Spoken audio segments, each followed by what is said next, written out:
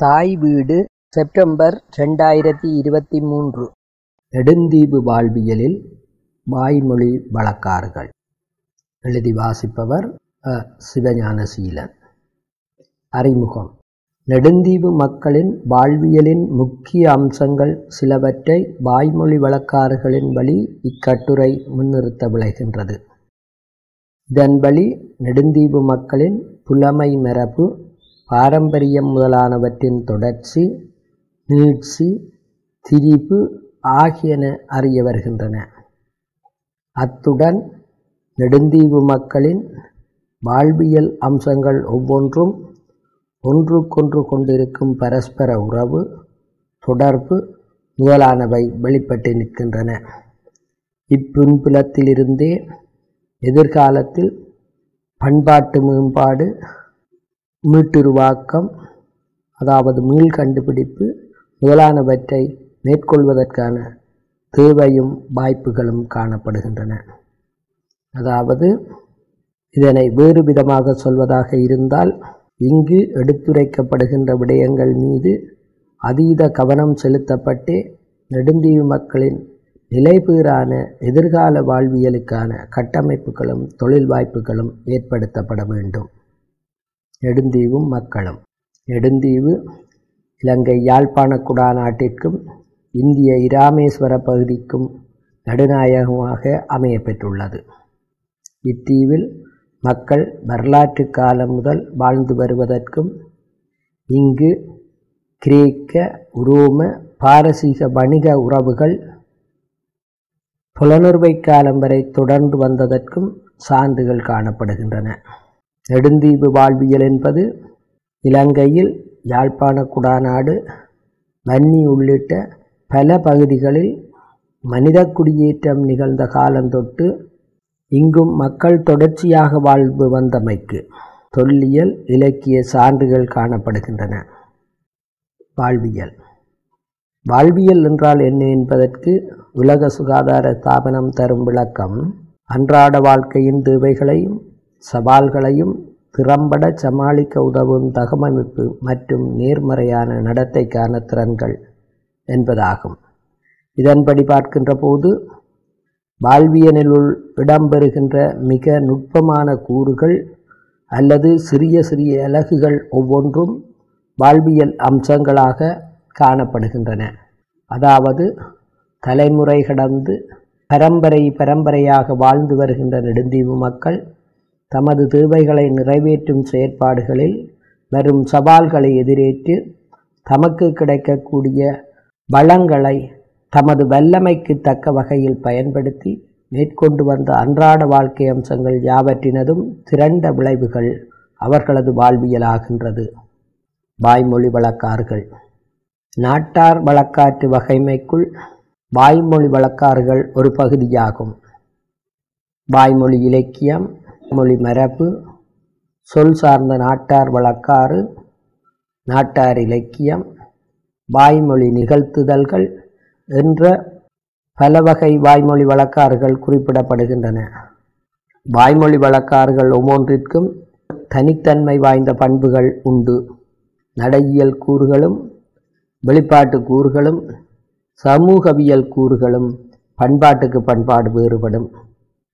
இந்த வாய்மொழி வடிவங்களை வேறு பிரித்தறிய பல அளவுகோல்களை பயன்படுத்துவர். நடையியல் அல்லது வடிவக்கூறுகள் ஒரு வகை. நீளம், வெளிப்பாட்டு வடிவம், உரைநடை, கவிதை இரண்டும் கலந்தது. ஜாப்பு அமைப்பு, மொழியியல் வெளிப்பாட்டு கூறு, அன்றாட வழக்கு அல்லது குறியீட்டு வழக்கு அல்லது இருண்மை வழக்கு போன்ற பண்புகளில் வழக்காறுகள் வேறுபடும்.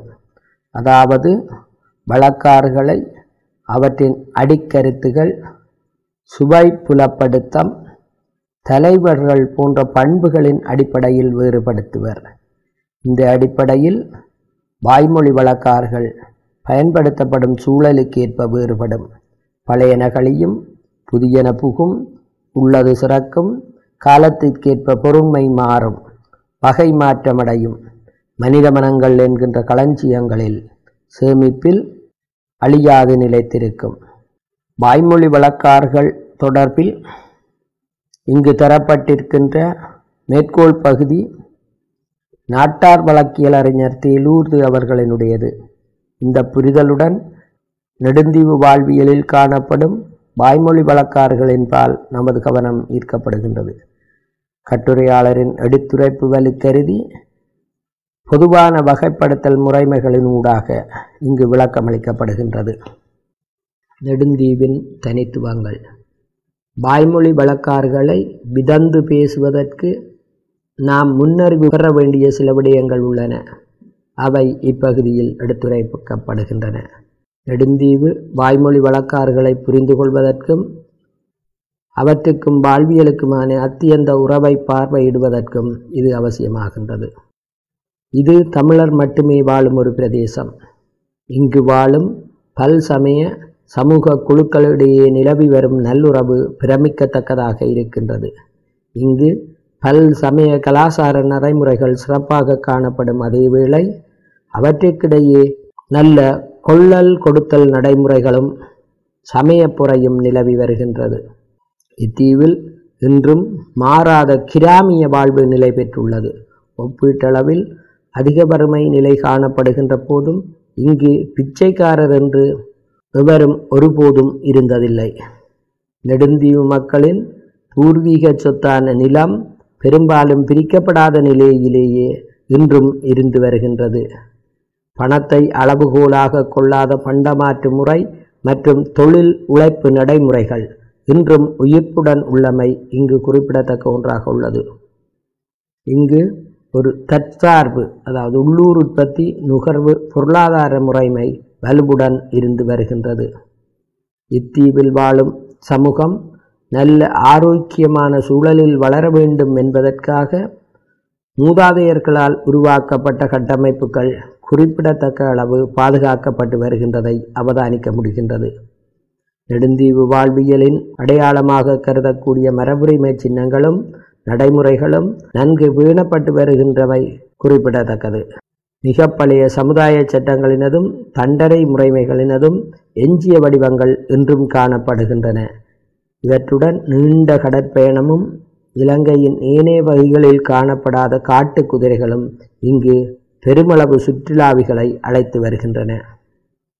நெடுந்தீவின் வாய்மொழி வழக்காறுகள். வாய்மொழி வழக்காறுகள் என்று பார்க்கின்ற போது தாலாட்டு முதல் ஒப்பாரி, அதாவது இளவு ஈரான பாடல்கள் ஒரு வகை. தெய்வக்கதை, பேய்க்கதை, அரசர் பற்றிய கதை, கர்ண பரம்பரை கதை, பொழுதுபோக்கு கதை முதலான கதைகள் மற்றொரு வகை. வழிபாட்டு முறைமைகளிலும் வாழ்வியல் அம்சங்களிலும் இடம்பெற்றிருக்கக்கூடிய சடங்குகள் மற்றும் நம்பிக்கைகள் இன்னொரு வகை. மொழி வழக்காறுகளில் வாழ்வின் புலிசாராகி வகை தொகையேற்று கிடக்கும் பழமொழிகள், விடுகதைகள், மரபு சொற்கள், மரபு தொடர்கள், உவமானங்கள், நாப்புரட்டுக்கள், வழக்கு சொற்கள், சொல் வழக்காறுகள், பட்ட பெயர்கள், பாரம்பரிய விளையாட்டுக்கள் என்றவாறாக வரும் ஒவ்வொன்றும் இவ்வாறானவையே. இவை தனித்தனி கட்டுரைகளாக்கப்படும் அளவிற்கு கட்டற்ற விடயதானத்தை கொண்டிருக்கின்றன. இந்நிலையில் பாடல், கதை, பழமொழி முதலான ஒவ்வொரு வகைக்கும் தலைப்பிட்டு அவற்றுள்ளடங்கும் விடயங்களுக்கு உபதலைப்பிட்டு எடுத்துக்காட்டுகள் தந்து விளக்கமளிப்பதற்கு இக்கட்டுரை இடம் தராது என்பதால் இயற்கை சூழலுடன் இரண்டரக் கலந்த நெடுந்தீவு மக்களின் வாழ்வியலுக்கு பதச்சோறாக அமையும் ஒரு சிலவற்றை எடுத்துக்காட்ட விளைகின்றேன். வாய்மொழி பாடல்கள்.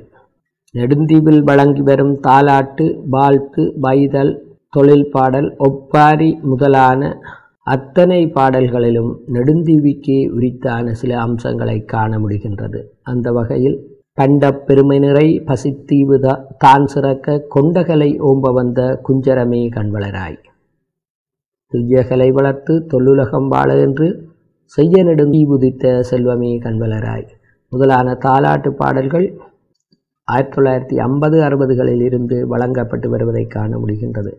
பிறடங்களில் காணாத வாழ்த்து முறைமை, அதாவது வாழ்த்து பாடும் நடைமுறை நெடுந்தீவில் காணப்படுகின்றது. இது பூப்பு நீராட்டு விழா, திருமண விழா ஆகியவற்றில் இன்றும் காணப்படுகின்றது. நீண்ட நெடுநீர ஊர்வலத்தில் பாடப்படும் நடைமுறை நிகழ்வுகளுக்கேற்ப மஞ்சளாலாத்தி மாவிளக்காலாத்தி என்றவாறாக சந்தர்ப்பத்திற்கு தக்க விதத்தில் இட்டுக்கட்டி பாடப்பட்டு வருகின்றது குறிப்பிடத்தக்கது. இது ஒரு சில இடத்தில் வைதலாகவும் மாறியிருப்பதாக சொல்லப்படுகின்றது. நெடுந்தீவில் பசைக்கவி பாடும் மரபு நீண்ட காலமாக இருந்து வருகின்றது. இது தனி நபரை அல்லது ஒரு சமூக பிரமுகரை அல்லது ஒரு சமூகத்தை குறிப்பிட்டு நிற்பதால் அது பற்றி விவரிப்பது இங்கு பொருத்தமானதல்ல. வாய்மொழி கதைகள். இந்த வகையில் உயரப்புலம் ஐயனார் ஆலய தோற்றம், ஐயனார் பரிகலங்களின் செயற்பாடுகள், வெடியரசன் கதை, பூதங்களின் கதை, வெடியரசன் கோட்டை முனி பற்றிய கதை, பஞ்சமி பேய் கதை, ஓமலாக்காட்டு பேய் கதை, கர்ணபரம்பரை கதையாக நெடுந்தீவின் தோற்றம் மற்றும் பொழுதுபோக்கு கதைகளாக ஜார் தந்தது கொந்தமணி, பேய் தோட்டமுறைக்க அழைத்து போன கதை, செட்டியை கொன்றவள்ளி கதை முதலான பல கதைகள் காணப்படுகின்றன. இவற்றுள் சில பேராசிரியர் கிருஷ்ணபிள்ளை விசாகரூபன் அவர்களது நூலிலும் உயரப்புலம் ஐயனார் ஆலய கும்பாபிஷேக மலரிலும் இடம்பெற்றிருக்கின்றமை குறிப்பிடத்தக்கது. சடங்குகளும் நம்பிக்கைகளும். நெடுந்தீவில் தெய்வச் சடங்குகளின் வரிசையில் விதந்து பேசக்கூடிய சில விடயங்கள் காணப்படுகின்றன. இதில் சித்திரை பௌர்ணமி அன்று கிராமிய வழிபாட்டு தலங்களில் வைக்கப்படுகின்ற பூரண கும்பம் எனப்படும் ஒருவித மடை பரவல் நிகழ்வு தனிச்சிறப்பு வாய்ந்ததாக காணப்படுகின்றது. இதில் பல உள்ளூர் உற்பத்தி பொருட்கள் வழிபடுநர்களால் இடப்பட்டு வழிபாட்டின் இறுதியில் அவை ஏலமிடப்பட்டு ஆலயத்திற்கு வருமானமாக்கப்படுகின்றது. இதில் நேர்த்தி, நிவர்த்தி, உள்ளூர் உற்பத்தி, பக்தி, நம்பிக்கை, சமர்ப்பணம், ஈகை முதலான பல விடயங்களை ஒரு சேர காண முடிகின்றது. இதுபோலவே கிராமிய வழிபாட்டு தலங்களில் வழிபாட்டின் போது வைக்கப்படும் பொங்கல், படையல் முதலானவற்றிலும் உள்ளூர் உற்பத்தி பொருட்களும் பிரத்யேகமான சில அம்சங்களும் காணப்படுகின்றன. எடுத்துக்காட்டாக காவற்தெய்வமாக கருதப்படும் மொட்டையர் ஆலயத்தில் சிறுதானிய அறுவடை என்பின் செய்யப்படுகின்ற பொங்கலின் போது சாமை மாவினால் செய்யப்படும் மொட்டையர் உருவமும் அதன் கையில் ஒரு கோலும், அதற்கு போந்திய கோல் என்று பெயர், இருந்ததாக குறிப்பிடப்படுகின்றது. இவ்வாறே ஆடிப்படைப்பு, பராட்டு எடுத்தபின் மேற்கொள்ளப்படுகின்ற படையல், பனம்பாத்தி அதாவது ஒடியல் போடுகின்ற போது மேற்கொள்ளுகின்ற படையல் என ஒவ்வொரு வாழ்வியல் அம்சத்திலும் நன்றியும் சமர்ப்பணமும் மேலோங்கி இருந்ததை காண முடிகின்றது. வாழ்வியல் சடங்குகள் வகை தொகையற்று காணப்படுகின்றன. பூப்பு நீராட்டு பொது கிணற்றில் அல்லது தாய்மாமன் வீட்டு கிணற்றிலேயே நிகழ்த்தப்படும் வழக்கம் இருந்து வந்துள்ளது. பூப்படைந்த பெண் மணமகன் முதலானவர்களை அழைத்து வரும்போது மிதிவெள்ளை அல்லது நிலபாவாடை எனப்படும் வெள்ளாடை விரிக்கும் நடைமுறை இன்று வரை காணப்படுகின்றது. இவ்வெள்ளாடை விரிக்கும் நடைமுறை ஆலயங்களில் சுவாமி ஊர்வலத்திலும் மரண வீடுகளில் இறுதி ஊர்வலத்திலும் நடைமுறையில் உள்ளதும் குறிப்பிடத்தக்கது. நரைகுடம் வைக்கின்ற போது மாவிலைக்கு பதிலாக வேப்பிலை வைக்கும் நடைமுறை ருது மற்றும் சிரார்த்த நிகழ்வுகளில் காணப்படுகின்றது. இச்சந்தர்ப்பங்களில் சந்தனத்திற்கு பதிலாக மஞ்சளே வைக்கப்படுவதும் குறிப்பிடத்தக்கது. ஆடிப்பிறப்பு. ஆடிப்பிறப்பு விவசாய திட்டமிடுதலுக்கான மிக முக்கிய நாளாக இருந்துள்ளது. நெடுந்தீவில் ஆடிக்கூழ் மற்றும் ஆடிப்படைப்பில் கடல் உணவு சேர்க்கப்படும் நடைமுறை இன்றளவும் காணப்படுகின்றது. ஆடிப்படையல் வீட்டினுள்ளும் வளவினுள்ளுமாக இரு இடங்களில் இடம்பெற்றதாக சொல்லப்படுகின்றது. ஆடிப்படைப்பிலும் இறந்தோருக்கான படையல்களிலும் நச்ச மாமிசம் சேர்க்கப்படுவதால் இதில் கற்பூர ஆரத்தி இடம்பெறுவதில்லை. அதற்கு பதிலாக மண்ணெண்ணெய் விளக்கே வைக்கப்படுகின்றது. மேலும் இறப்பு நிகழ்ந்த வீட்டில் இடம்பெறும் சடங்கு அல்லது எட்டு மற்றும் காட்சி படைப்பு எனும் படையல்களிலும் மையம் அதாவது சவம் அல்லது சடலம் கிடந்த இடத்தில் 3 படையல்களும் செய்யப்படுகின்றது. சமையலறையில் அதாவது குசினிக்குள் மற்றொரு படையலும் வைக்கப்படும். இவற்றுள் மையம் கிடந்த இடத்தில் படைக்கப்பட்டவை குடிமக்களுக்கும், சமையலறையில் படைக்கப்பட்டவை உறவினர்களுக்கும் பகிரப்பட்டதாக சொல்லப்படுகின்றது. நெடுந்தீவில் பிற இடங்களில் விட்டுப்போன சில அபரக்கிரியை நடைமுறைகள் இன்றும் வழக்கில் இருந்து வருகின்றன. இந்த வகையில் 31ஆம் நாள் அந்தியேட்டி கிரியையில் தவில் நாதஸ்வரம் வாசித்தல், சிறுதேர் செய்து கல்லுப்படையல் உள்ளிட்ட சிலவற்றை அதில் வைத்து கடன் செய்தவர் முதலான நெருங்கிய உறவினர்கள் எடுத்து சென்று சமுத்திரத்தில் விட்டுவிட்டு வருவதும் இன்று வரை நடைமுறையில் இருந்து வருகின்றது. மேலும் இறப்பு நிகழ்ந்த வீட்டில் ஒரு வருட காலம் இளவு எனப்படும் 5 பழஞ்சலிப்பு நிகழ்வுகளை நடத்துவது வழக்கமாக இருந்து வருகின்றது. இதில் ஊரை விட்டு வெளியேறிய உறவினர்கள் பலர் வந்து கலந்து கொள்கின்றமை குறிப்பிடத்தக்கது. இத்தகு நிகழ்வுகளில் கட்டி கொஞ்சுதல், கை நீட்டுதல் முதலானவையும் இடம்பெற்று வருகின்றன. பழமொழிகள். பழமொழிகள் எவ்வாறு உருப்பெற்றன, அவற்றின் பண்புகள் என்ன முதலானவை பற்றி ஆராய்வதற்கு இது இடமில்லை. இங்கு வாய்மொழி வழக்காறுகள் சார்ந்த ஒவ்வொரு அம்சமும் எவ்வாறு அந்த மக்களின் வாழ்க்கை சூழ்நிலை, மொழிப்புலமை, பாரம்பரிய அறிவாற்றல், சமுதாய கட்டமைப்பு, இயற்கை சூழல் முதலான எண்ணற்ற அம்சங்களுடன் இணைந்து இவற்றின் பிழிசாராக அந்த மக்களின் அனுபவத்திலிருந்து வெளிப்பட்டவை என்பதை எடுத்துக்காட்டும் முகமாக சில உதாரணங்களை காண்போம். வலிய கிளியும் பனங்கிழங்கிற்கு வல்லிட்டு குத்தியும் ஆப்புமாதேவை. பனையால விழுந்தவனை மாடேறி உலக்கியதாம். நோச்ச மாட்டில்தான் கொன்னிச்சான் வைக்கும். உடையார் வீட்டு மோருக்கு ஏப்ப கணக்கில்லை. மோருக்கு போறமாம் முட்டி பிறகாலேயேன். வடலிய வெட்டியாள் மனைவிய கட்டியாள். பனையில படவாள் பார்க்கினான். எப்போதும் வேப்பங்கன்று பத்தேக்கையாயிருக்கும். நெடுந்தீவு மக்கள் மனக்களஞ்சியங்களில் கிடக்கும் இவ்வாறான நூற்றுக்கணக்கான பழமொழிகள் நெடுந்தீவுக்கு உரித்தான வாழ்வனுபவத்தை சுமந்து நிற்கின்றன. எடுத்துக்காட்டாக, உழவர் வாழ்வில் ஏர் மிக முக்கியமான ஒன்று. அதன் கொழு இணைக்கப்பட்ட பகுதி படவாள் எனப்படும். இவற்றை விட மீளி, ஏற்கால், முகம், நந்தை, கூட்டாங்கயிறு, இழுப்பாணி முதலான பல இணைந்தே ஏர் எனப்படும். படவாளும் மீளியும் தானா வடிவுடையவை. ஆயினும் அவற்றுக்கு கோண வேறுபாடுகள் உண்டு. உகந்த வளைவுடைய படவாளுடைய ஏரினாலேயே சரியான முறையில் உழவு செய்ய முடியும். இதனை பனை மரத்தில் தேட முடியாது. இந்நிலையில் மேற்படி பழமொழி மணப்பெண் அல்லது மணமகன் தேடுவது தொடர்பில் பேசப்படுகின்றது.